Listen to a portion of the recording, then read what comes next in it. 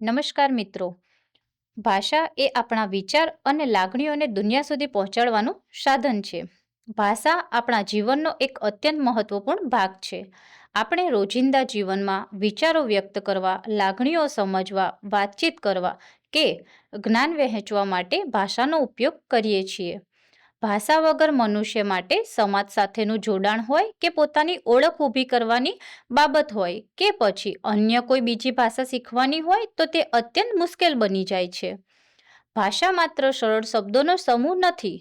તે આપણા વિચાર, સંસ્કૃતિ, પરંપરા અને ઓળખને વ્યક્ત કરવાનું શક્તિશાળી સાધન છે.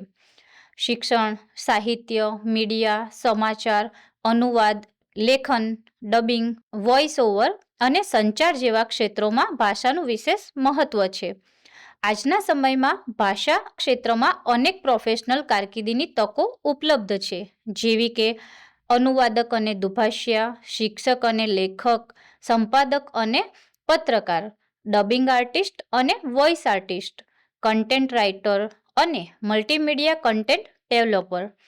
જે વ્યક્તિને ભાષા પ્રત્યે રસ હોય, સારો અભ્યાસ અને સંવાદન કૌશલ્ય ધરાવે, તે આ ક્ષેત્રમાં ઉજ્જવળ ભવિષ્ય બનાવી શકે છે. આથી ભાષા માત્ર જ્ઞાન અને અભિવ્યક્તિ માટે જ નહીં, પરંતુ સંવાદ, વ્યવસાય અને રોજગાર માટે પણ એક મહત્વપૂર્ણ સાધન છે, જે જીવનના દરેક ક્ષેત્રમાં સફળતા મેળવવામાં મદદ કરે છે. તો ચાલો મિત્રો, આજે આપણે ભાષા ક્ષેત્રમાં આવતા અલગ અલગ વ્યવસાયો વિશે વિગતે માહિતી મેળવીએ. આપણને માહિતી આપવા માટે આપણી સાથે જોડાયેલા છે ફાલ્ગુનીબેન ચૌધરી. તો ફાલ્ગુનીબેન, સૌપ્રથમ ઉચ્ચારણ તાલીમ કરતા એટલે કે જે એક્સેન્ટ ટ્રેનર પણ આપણે કહીએ છીએ, તેના વિશે સૌને માહિતગાર કરશો. આભાર દીપિકાબેન. ભાષા અંતર્ગત આવતો ઉચ્ચારણ તાલીમ કરતા વ્યવસાય ખૂબ અનોખો છે. મિત્રો, સરળ ભાષામાં સમજીએ તો ઉચ્ચારણ તાલીમ કરતા એવા નિષ્ણાત છે જે વ્યક્તિઓને શબ્દોના યોગ્ય અવાજ, ઉચ્ચારણ, લય કે શબ્દો પર આભાર આપતા શીખવે છે. ભાષાના અવાજો અને ઉચ્ચારણના નિયમો પર આધારિત તાલીમ આપે છે. તેમનો મુખ્ય હેતુ સંવાદને સ્પષ્ટ, આત્મવિશ્વાસપૂર્ણ અને પ્રભાવશાળી બનાવવાનો છે. આ કાર્યમાં ભાષાશાસ્ત્રનો ઉપયોગ થાય છે. ફાલ્ગુનીબેન, જે ઉચ્ચારણ તાલીમ કરતા હોય છે, તેમની કામગીરી જે હોય છે તે અને તેઓ ક્યાં કામ કરે છે તે વિશે સમજાવશો.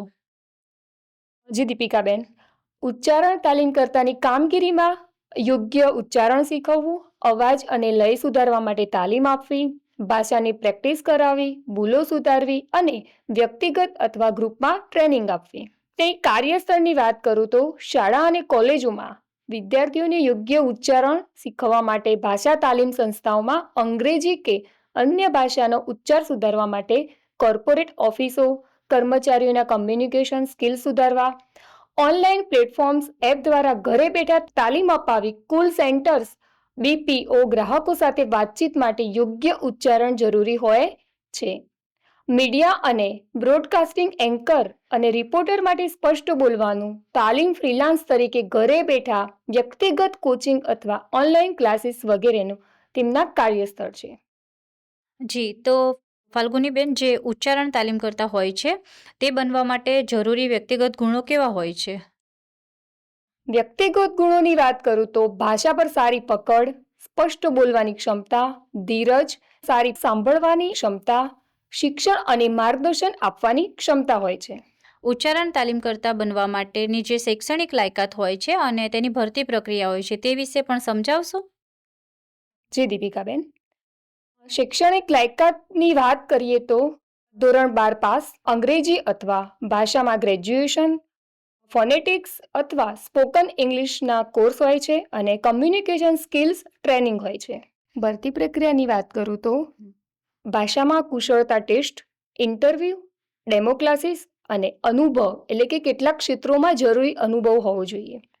જી, તો ફાલ્ગુનીબેન, જે ઉચ્ચારણ તાલીમ કરતા હોય છે તેમનું માસિક વેતન કેટલું હોય છે? જી દીપિકાબેન, સંસ્કારી સંસ્થાઓમાં સરકારશ્રીના ધારાધોરણ મુજબ વેતન મળે છે, જ્યારે ખાનગી ક્ષેત્રોમાં અનુભવ અને કુશળતાના આધારે વેતન નક્કી થાય છે.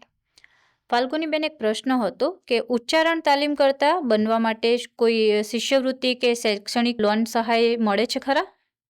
હા, શિષ્યવૃત્તિ માટે રાષ્ટ્રીય શિષ્યવૃત્તિ પોર્ટલ, સ્કોલરશિપની અને શૈક્ષણિક લોન મેળવવા માટે પીએમ વિદ્યાલક્ષ્મી પોર્ટલથી માહિતી મેળવી શકાય છે.